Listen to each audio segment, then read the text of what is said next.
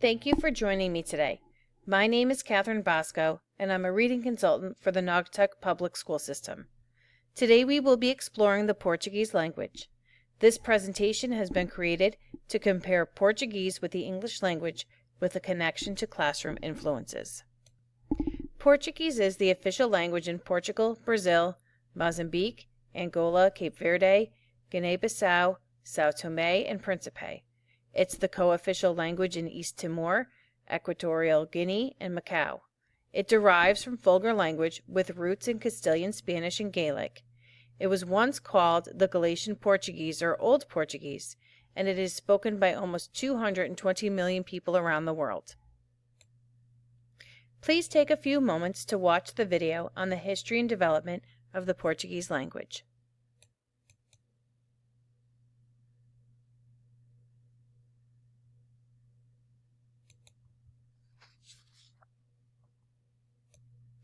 Portuguese was first written in the 9th century using Latin script. A reformed Portuguese orthography, in which words were spelled more in accordance with their pronunciation, was adopted in Portugal in 1916.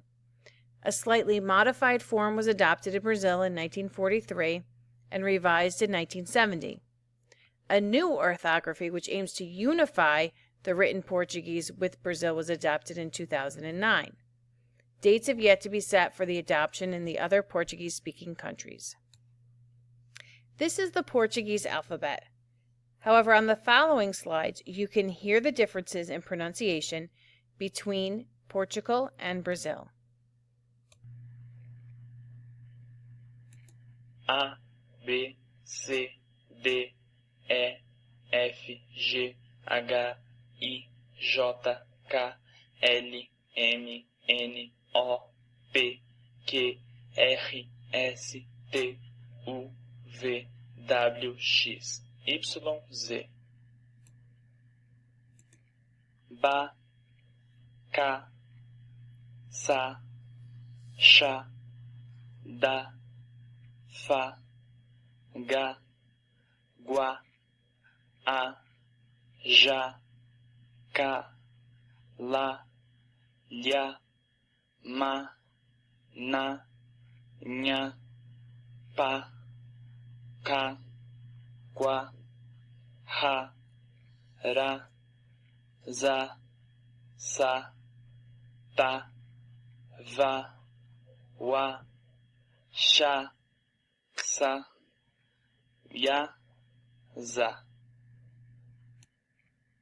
In this sample, you can hear the difference when reading the same sentence from both regions. Todos os seres humanos nascem livres e iguais em dignidade e em direitos. Dotados de razão e de consciência, devem agir uns para com os outros em espírito de fraternidade. Todos os seres humanos nascem livres e iguais em dignidade e direitos. São dotados de razão e consciência e devem agir em relação uns aos outros com espírito de fraternidade. Both Portuguese and English have common roots, so there are similarities in vocabulary when written. However, the phrasal structure and pronunciation have many differences, as noted with the words communication, natural, and velocity. The English language has irregular pronunciations and spellings, while Portuguese is clear and constant. Note the different vowel sounds in boot, book, blood, brooch, and door. English phonemes help create a more complicated language, which affects hearing and production of speech by the language learner. The Portuguese language has a large number of diphthongs and trithongs, which require different muscular effort and movement, thus complicating the production of certain sounds when learning to speak the other language. Phonetic information is measured by the average number of syllables in a word.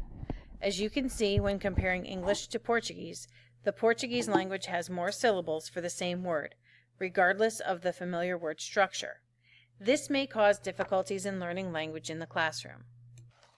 Based on the information presented, we can conclude that it is essential for the full learning of English to have contact with the language in its spoken form. The unstable correlation between the written and spoken language makes it an obstacle to learn English. Only learning English based on the written language will be a disservice to the learner because he will base the phonetic sounds on his mother language rules, and using resources will help when trying to achieve accurate pronunciation of the spoken language. Students face difficulties when learning English based on the structure of their primary language. In Portuguese, interrogative sentences are only differentiated by intonation. They do not require changing the structure of the sentence. In English, we have be phrases, which changes the order of a sentence. For example, he is a student and is he a student? In Portuguese, phrases often have no subject. They may be hidden or indeterminate. Every English sentence has a subject, and positioning is different. Preferably in English, the subject is at the beginning, where in Portuguese it often appears in the middle or at the end. The question of whether to conjugate verbs or not in English is considered a big deal when learning the language. In Portuguese, verbs can be modified twice and always in the third person of the singular. Most nouns in English are neutral and serve for both the male and female pair, such as doctor, lawyer, teacher, cook, student. However, there are some that are specific to genre: boy, man, brother, girl, waiter, waitress, and sister. Portuguese adjectives have gender and number. English do not. In most cases, there is a correlation between the nouns in Portuguese and English. However, there may be cases where the correlation is not present. In Portuguese, one can say, "Eu quero uma água," but in English you say, "I'd like a glass of water." Syllable splitting and capitalization and using capital I are some examples of a difference in spelling. Collocations, which are word combinations that are better than others in formal and informal speech. False cognates are words that have a strong resemblance to the foreign word, but have nothing to do with the meaning of the word in question. False cognates make us believe in a semblance of meaning that does not exist. These mistakes can completely undermine the message. For example, actually, non-verdad, and actualmente is an example of a cognate with the original term, meaning, and mistranslation. Idioms are groups of words whose meaning is different from the meaning of the individual word. It is impossible to translate an idiom. A language learner must consider the context when an idiom is being used. For example, I have cold feet, or your friends beat up on mine. In the classroom, teachers may see that these cultural characteristics may play a role in how students learn best. By creating an awareness of each culture's norms, teachers can best develop lessons that students can access based on specific learning styles. It could be as simple as knowing if your students come from a culture that values individualism or collectivism as a whole. Portuguese students are extremely respectful and honor positions of title. They work well as a community of learners. For more information on the Portuguese language, please access the resources on the following page.